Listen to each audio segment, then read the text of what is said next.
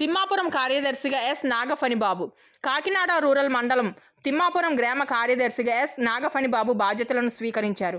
ఈ సందర్భంగా ఆయన మాట్లాడుతూ సాధారణ తనిఖీల్లో భాగంగా సామలకోట మండలం మాదాపట్నం పంచాయతీ కార్యదర్శిగా పనిచేస్తూ ఇక్కడికి రావడం జరిగిందని, కూటమి సభ్యులను కలుపుకుంటూ పంచాయతీ పాలక వర్గ సూచనతో ముందుకు వెళ్తానని, గ్రామ అభివృద్ధిలో ముందుకు వెళ్తానని తెలిపారు.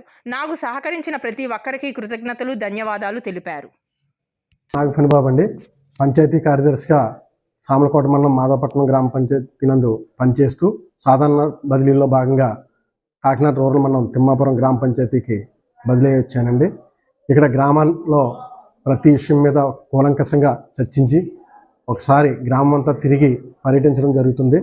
జరిగిన తర్వాత ఇక్కడ సమస్యలని అన్నింటినీ కూడా అవగాహన చేసుకుని వాటిని పరిష్కరించే మార్గంలో నేను ప్రయాణిస్తానని, ఈ గ్రామాభివృద్ధికి నేను పూర్తిగా కృషి చేస్తానని ఈ విధంగా